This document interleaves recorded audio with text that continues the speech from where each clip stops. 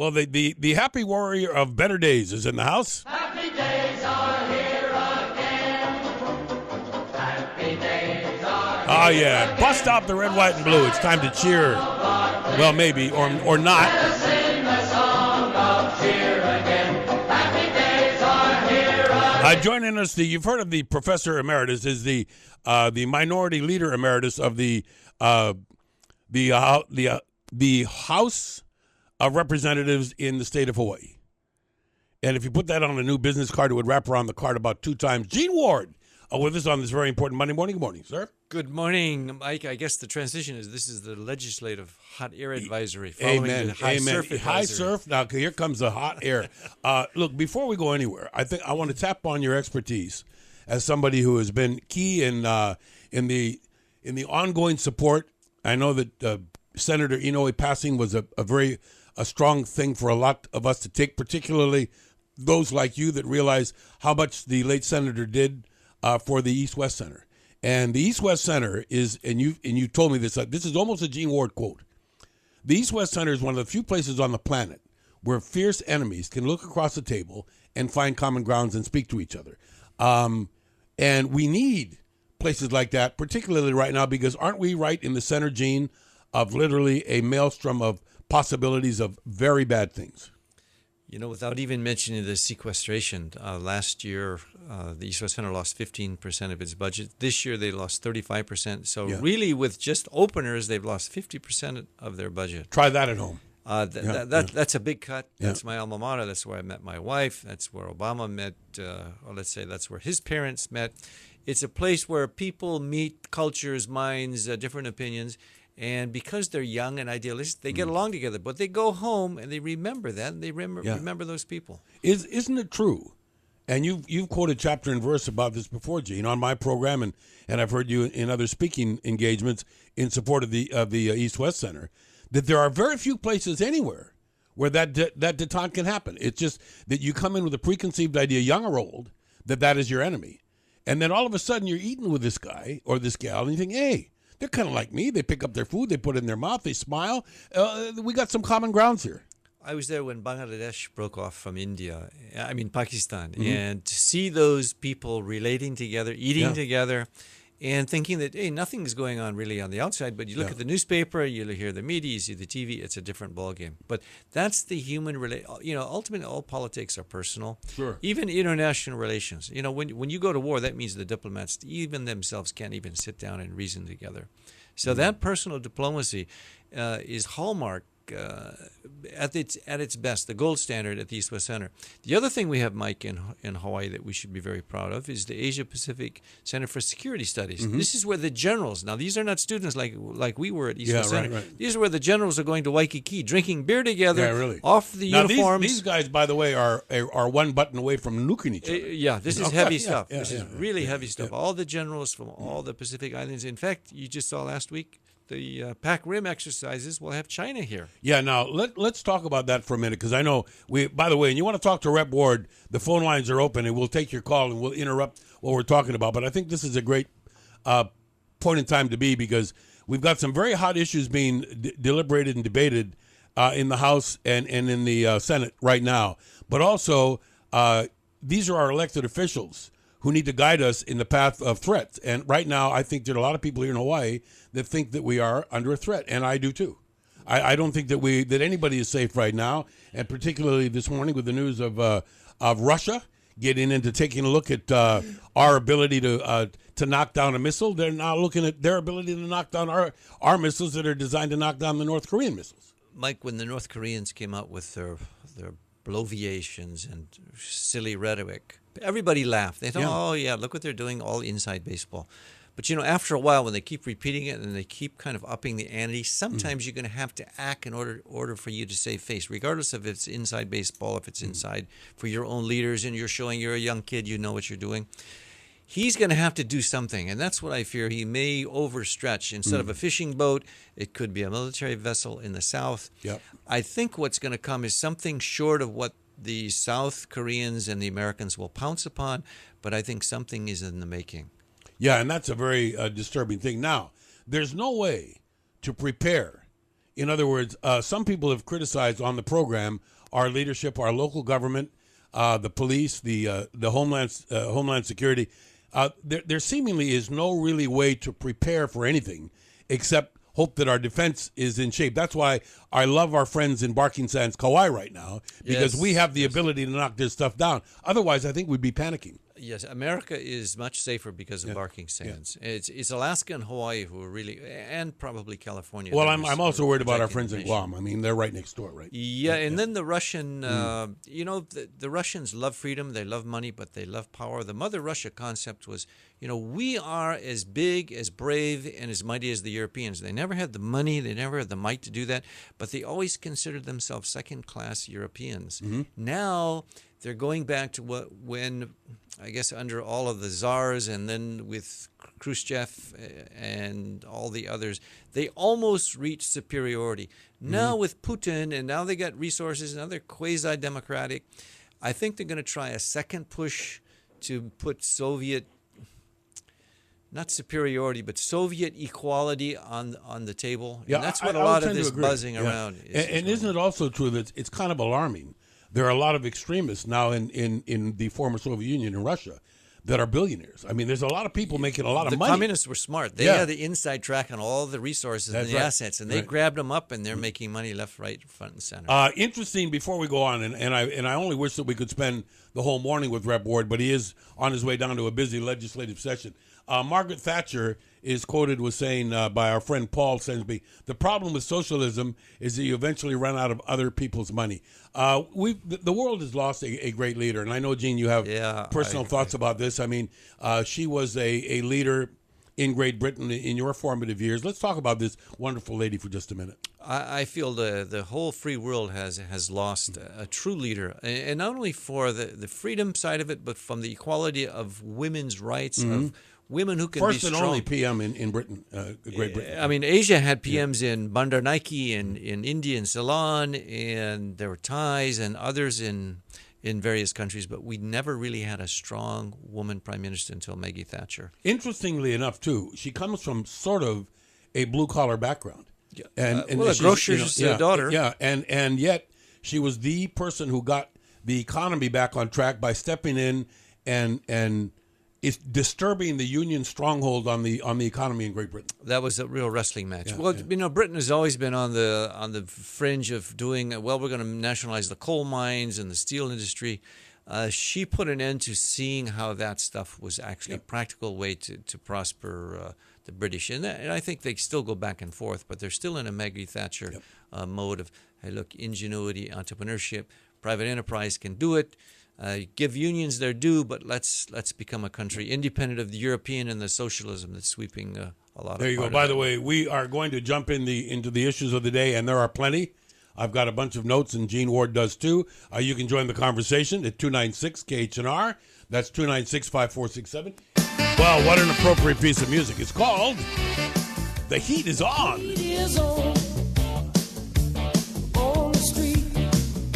Now, even though the Hawaii State Legislative Session is immersed in air conditioning, it's hot in the old building, the square building right now. As a matter of fact, Gene Ward and I are about to discuss some things that will certainly have ramifications on how we live and where we go and how much it costs us. Because I know that you're, as we speak, Gene, bird dogging a lot of stuff.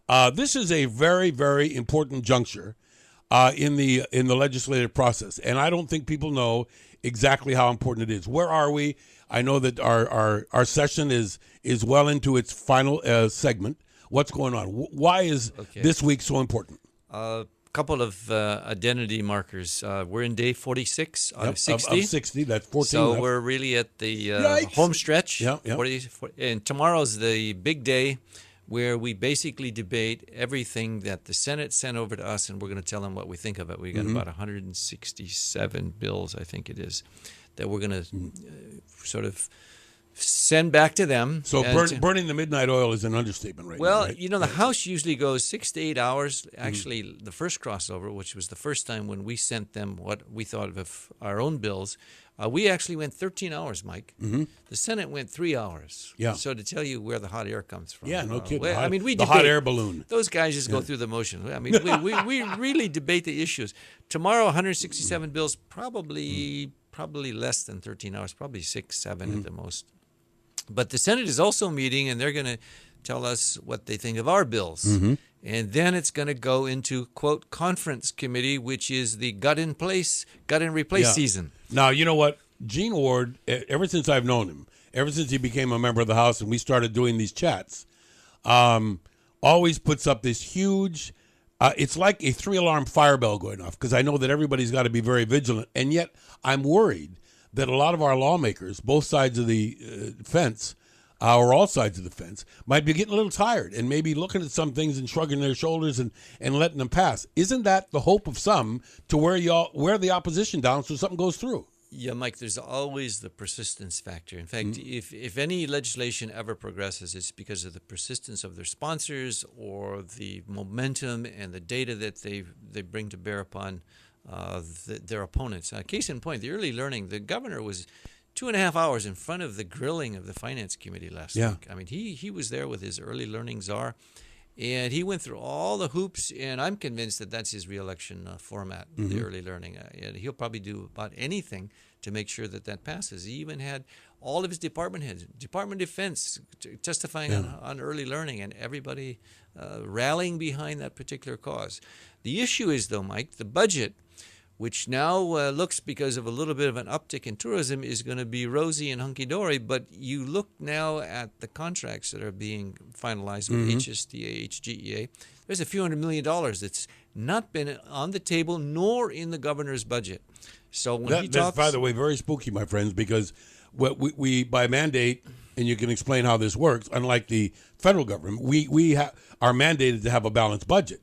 But these variables that they're talking about, what happens, Gene, hypothetically, if you have a budget and then this huge expense comes up and it's not budgeted? You pull the quilt on one side of the bed, it's going to pull up on the other. So it's got to balance. And I mean, there's some tricks that they do, and there's hide and seek going on, but it's got to balance. And when you get a $200 or $300 million more for pay increases, something's got to give somewhere in the budget.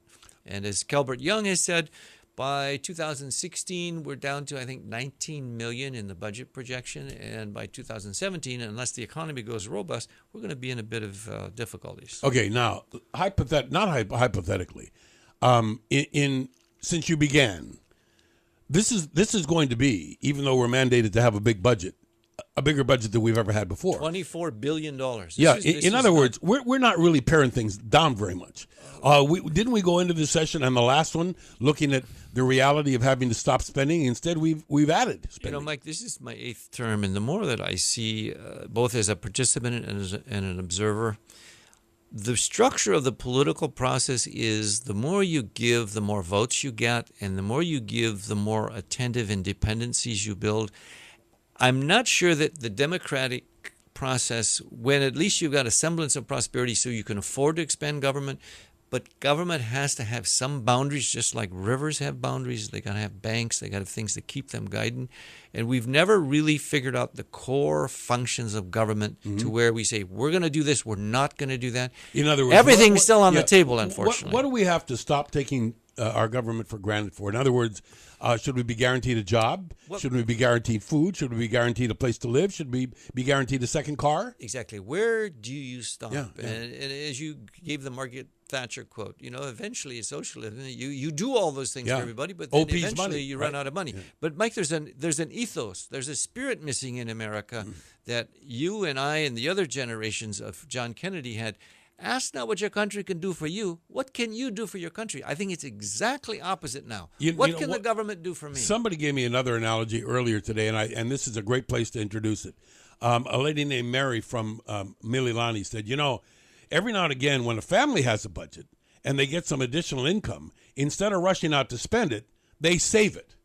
And I've never heard that. In other words, let's How say novel, huh? let's say the Council on Revenue comes up and says, "Hey, guess what, you guys? We kind of screwed up. We told you we're going to be able to have 12 billion. We're going to have 13." And right now, don't we have a burn and spend mentality? Oh, we just found $1 billion. What can we use it on? Instead of, wow, we found $1 billion. Let's sit on it. Unfortunately, that's the subculture, Mike. But then we tend to have a forgetful memory about the unfunded liabilities, 16 billion and growing, which is going to take 500 million a year for 30 years, of which no way are we ever going to meet that. Yeah. So we keep talking about this. It's kind of like Social Security on the federal level. What are we going to do about Medicaid? That's $500 for each person a year in addition to what they're already paying. That's what this is looking. This unfunded liability. When you look at these numbers, if you use as a round number 1 million people, we don't have 1 million taxpayers.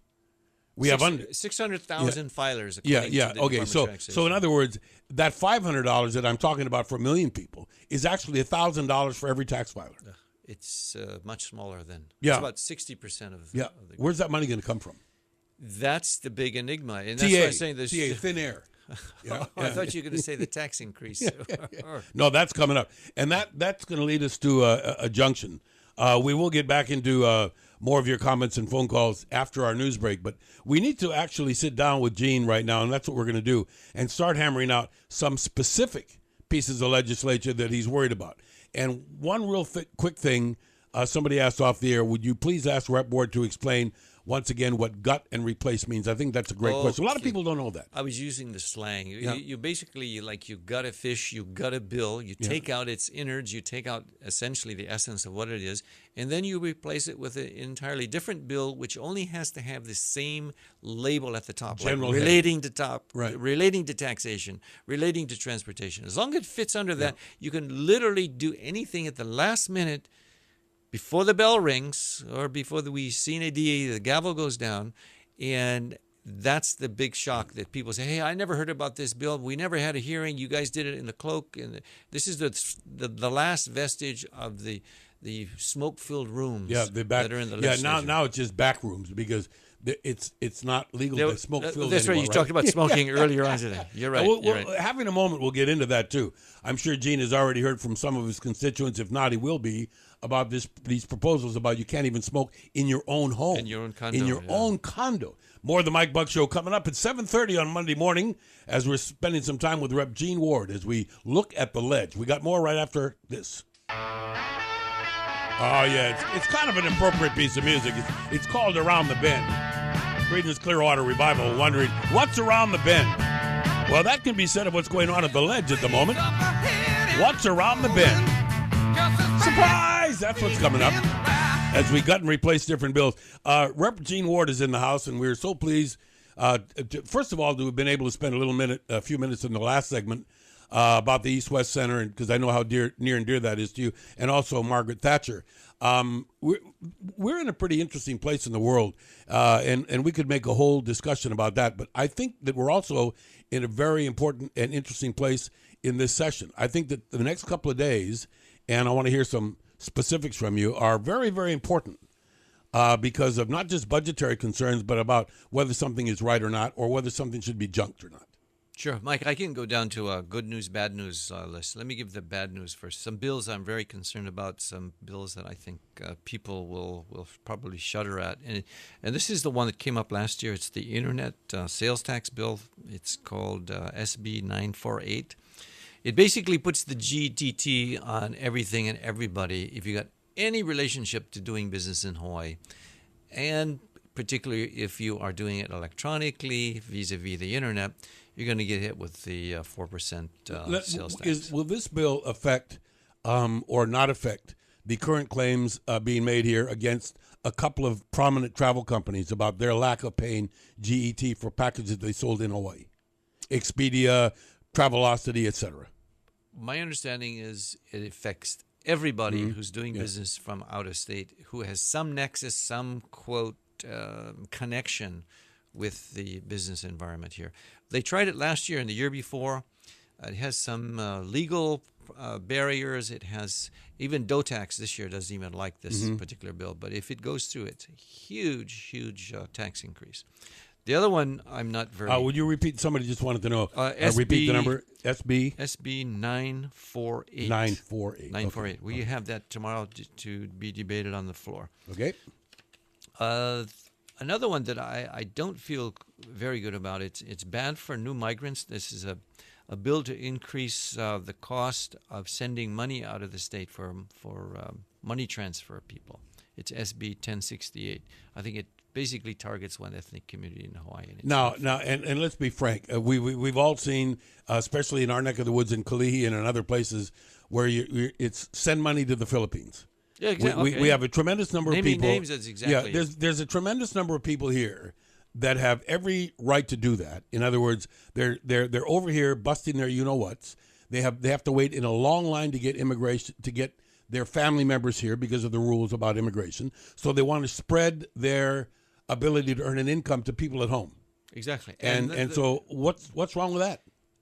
Well, when it goes from 3,000 to 20,000 for the licensures, it's pretty heavy because these guys who are doing that and helping those back home, which would probably be in a barrio, maybe some of the poorest of the poor. Right. This is a discriminatory bill, which I think, and as a member of the Filipino caucus and as part of the other voting group, this bill doesn't make sense, and it's another money grab to regulate what otherwise is fine the way it is. And fees have been increased nickel and dime. We say there's no tax increases, but the fee increases, Mike, are just tremendous. Are they looking to charge a fee? Let's say that I've got a cousin in a barrio in Manila, and I'm going to send him $1,000. Outside of the convenience fee to whoever's going to transfer the money for me, what else is there? Well, it's the licensure fee that this major company will have put upon you as a smaller guy passing the money through to the barrio, and then you're going to pass it on to your customer. Well, which is going to mean the guy in the barrio doesn't get $900. Now he gets $850. Yeah, you'll get a percentage less than that. Okay. Another one. That's as SB 1068. 1068, exactly. Yep. Another one that really goes crazy with the fees is SB 345, and that amends the portable electronics insurance. Mike, I notice you always have your iPhone. Come on, somewhere. You do too. No, I'm old-fashioned. I got a BlackBerry. Yeah, but you know what? My thumbs fit better. I remember when we both said we'll never text, and you love to text. You text all the time now, right? The only way I live. SB 345. What is that? 345. It makes the insurance. I pay $7 a month if I break or lose or my BlackBerry gets stolen. But the license for the companies, the insurance license that offer that insurance right. is $150, and it's proposed to go up to $5,000, and now it's back to $2,500. Explain that? There's no logic whatsoever. Yeah. It's simply a licensure fee that the DCCA charges. And it's at $150 now. They want to bump it to $5,000. Let me tell you, don't let the thing get wet, Gene. I'm telling you, I learned personal experience. Don't let that thing get wet. Okay, because then if this bill passes, right. your insurance is going to go up. Yeah. Or if you're self-funded. By the way, that means that I won't be able to tell you that I just got the high surf advisory, forwarded to me, which I use every day on the air. So this is bad. I don't have a good feeling about it. The other one I don't have a good feeling about it, and Mike, I know you do your Fix It Fridays, is the solar. People have got the impression that we're going gangbusters in solar and that we've got all this electricity coming through our grid from PV, and it's less than 1% right now. And what they're going to do, they're going to ratchet down the PV solar credits, and I think they're going to end up killing the industry. I've had the opportunity, and I'm sure you have, of talking to people in that industry many, many times. And what I am concerned about, and what my listeners are concerned about, and here's what I think that we should be able to address, is that taking away these credits takes away incentive.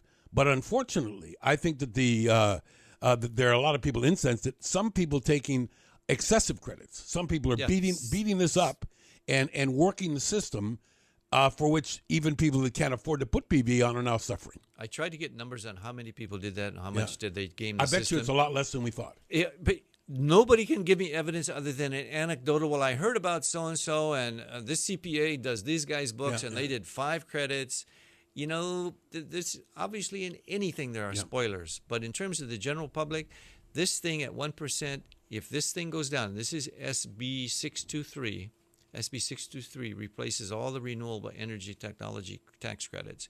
If that thing goes down, it's going to be, and people can look at the empirical evidence. If you look at the solar water heater, over the last 30 years, it's gone up and down exactly with the tax credit. And you know how much penetration we have with solar water heater, Mike? Yeah, I've 29%. I've actually heard this. I remember when it was 25. So people are waking up, and I think that there still is a great amount of misunderstanding out there about PV, because solar hot water and PV are distinctly different. If you're going to make the big expense to put PV system on your roof to get off the grid to reduce your electric bill down to $18, is it any wonder that people are going to try to work the system for the credits? Because it's a very, very appealing thing to do, more so than reducing your bill by $100 with a hot water. Get off the grid. Isn't that why so many people are looking for the loopholes? I would say anything that gives an advantage to what otherwise is the 3 times the rate that we pay for our electricity. We pay 35, 36 cents, and 12 cents is on the mainland, the standard. When anybody gets an opportunity to take advantage of that, I'm sure they do. But my point, Mike, is that we've got $6 billion that we export from this state to pay for the oil. 95% of our lights are run by oil, or 92% or something like that. If we're ever going to get off, if we're ever going to be a national or world leader, we have to make a commitment. It's not going to be free. It's going to be 80, 90, maybe $100 million per year, but it's going to keep Hawaii safe for the future. And that's why I say, okay, let's reduce it, but let's not reduce it now. The timing is bad. Very bad That's timing. my whole point about the solar tax credits. Now we have a caller that's going to talk a little bit to that issue, because we've been waiting a long time to figure out a way to include our friend Alan from Lanikai, which I wasn't going to do today. But since it is on this 623, one of the big alternatives that's come up about our dependence on fossil fuel is about liquid gas. And Alan out in Lanikai has been waiting a long time to address this. Alan, please, for the subject of brevity, keep your remarks brief, because I don't want to go down a long debate about this subject today, but your input is valuable. Good morning. You want hot air from me. Yeah. Yeah, good morning. Good morning, Alan. Yeah, thanks for showing up today.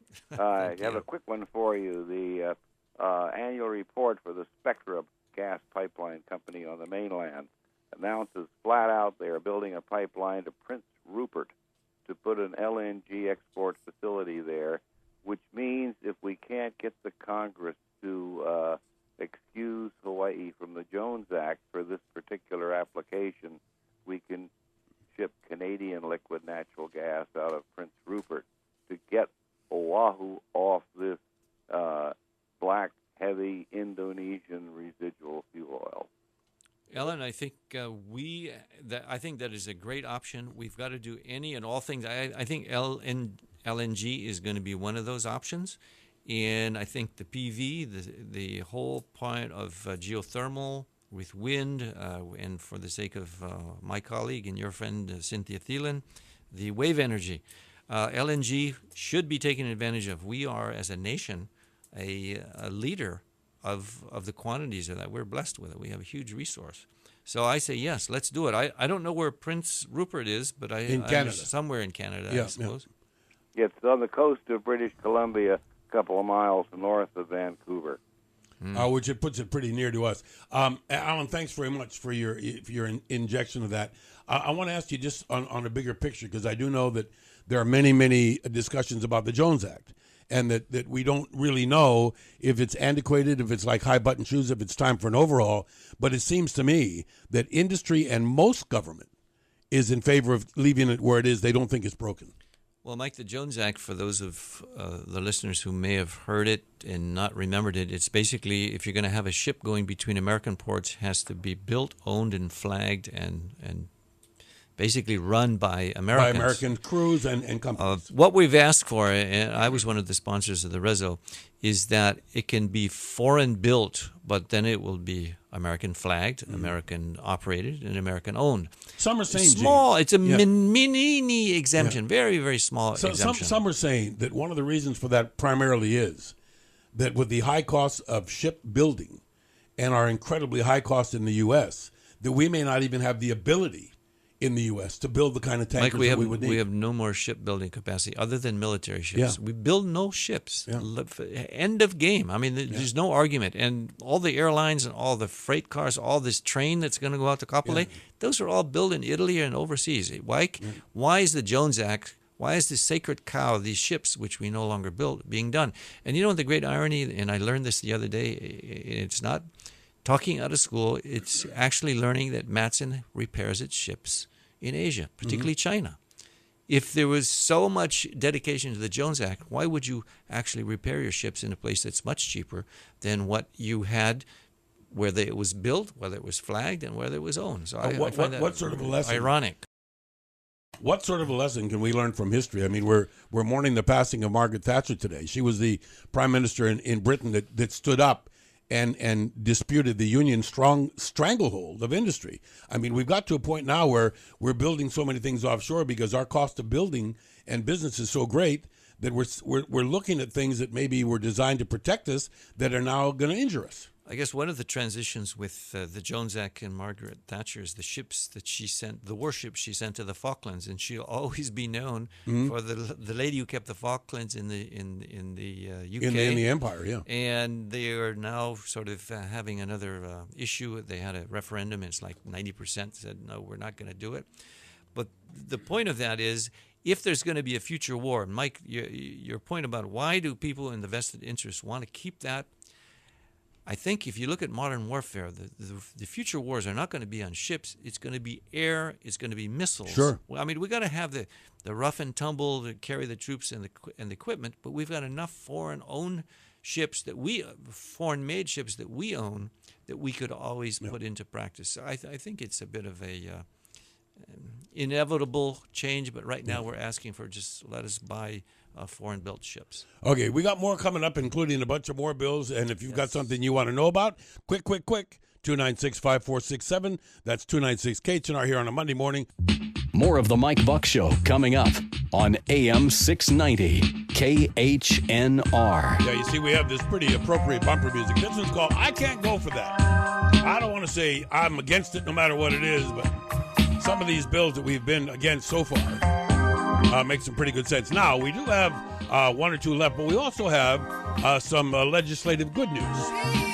And I've known over the years that Gene Ward and I have done these little get-togethers that we kind of like to leave them with a smile on their face. In other words, some reason to actually go to work. You know, some way to justify, hey, wait a minute. It's not all sadness and gladness, doom and gloom. We have some good things. But have we left out any other of the bad ones? Well, something that I don't like the smell of is the airline food and the airline drinks that you take while you're going to either Maui, Big Island, or Japan, or Los Angeles. Those foods were considered exports, and they were exempt from the GT tax. They are now being put back in as taxable. And are you talking about food that you would buy once you've gone through the security? And you're buying it from a kiosk or something? Is that it? No, it's the food on the airplane. Okay. So it's going to make the airlines that serve food pay more for that. Because they're going to have to, and they're going to pass that along onto your tickets. And have you noticed nowadays that you get like one peanut in the bag? You know, if that. If you're lucky, you get that, and then you get a free drink, and you're lucky if you can get that one down. Oh, by the way, we're going to give you a bottle of water. Congratulations. Yeah. Mike, one of the possibly good news is that the hotel room tax will go down, but I think it's probably a bit of a sucker punch. It's SB 1194. It goes from 9.75 to 7.25. That might still stay alive, but I think in conference committee there's been a lot of negotiations about the hotel room tax. No matter what anybody feels about that, Gene, it is an important part of, because it leans on our industry that produces the income. Is it ever possible to think that would go away, or is it just no? It would seem to me that certain of the TAT is acceptable by almost all of us. You got to have a TAT. Yeah, because we are doing a lot of things here for the visitor that the taxpayers are shouldering. Isn't this a way to get some of that back? It is. Yeah, okay. It depends on how fast you want to push it up. Yeah, like Hanama Bay, right in our neighborhood. I mean, I would hope that some of the TAT tax probably is not being addressed there because it has its own entrance fee and everything else. But the Hanama Bay is for tourists, really. I mean, it's for us, but really it's attended by tourists. You didn't mean an oblique reference to the taxing of the people of Hawaii Kai of the Great Lawn Yeah, it's becoming exactly a shopping village? that's coming up. You didn't want to mention that, did you? Hey, listen, it's 55 minutes and we haven't mentioned Gene's pet peeve my yet, but that's goodness. coming. The town That's hall coming. meeting Yeah, and yeah. people don't want development there. Mm. But good news for people who are low income, Mike. There's a low income taxpayers tax credit, SB 98. That's going to help a lot of people. And for those who are wondering about the PLDC, I would say is going to pronounce dead, unequivocally mucky, not to come back, except it's got some children that are still alive. Yeah, we got to worry about those keiki. Yeah, the PLDC, Harbor's PLDC DOE is probably still struggling to stay alive, but my sense is people have had enough of the PLDC and will probably put it to rest. Gene, let's congratulate those that found this to be not a good idea for being able to get it, because there haven't been a lot of things that I can recall that have been repealed, and it because of the vigilance of some that were worried about transparency and other things, this thing is going away. And Mike, because of the optimism and the attitude that you had, you can make a difference. You can get involved. You can call. You can write. You can go and you can protest. Love it when people do and that. that's why we turned the thing upside down. And it's because of the public effort, primarily going out. So and being, good for you guys and gals. I mean, it shows you that ounce of prevention is worth a few pounds of cure. Yeah, really.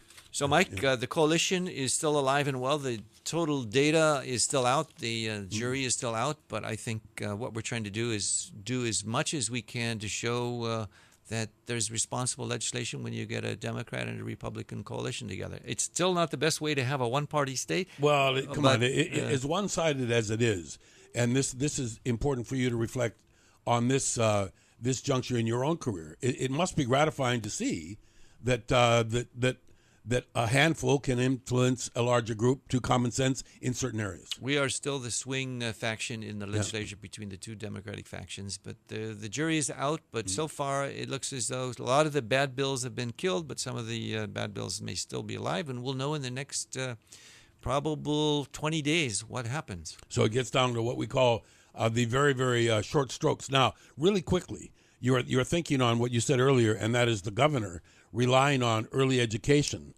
to be the major corner of his platform in running for re-election. What does the minority caucus generally think about the early learning proposals that are still being discussed? I think generally we have been predisposed in favor, though we have some question. Mike, it's one of those things that you can do very well, easily, but very poorly. Mm-hmm. You can do it easily, poorly is the way I should put it. That's spooky, isn't it? Yeah, because right now we've got a lot of preschool experiments. HCAP, for example, is out in Waianae.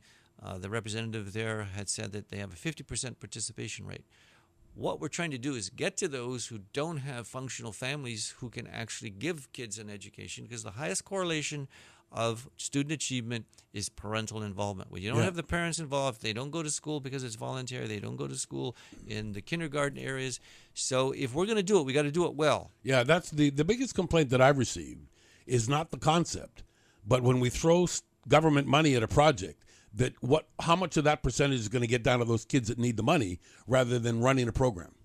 Head Start is $8 billion a year for the last 50 years when President Johnson said, we are going to end poverty in America. Mike, last week, the poverty data has it where we have more than ever in the history of America, more people at the poverty level than before. So what are we doing with a war on poverty? Are we doing babysitting? Senator Sloan says this is a babysitting bill.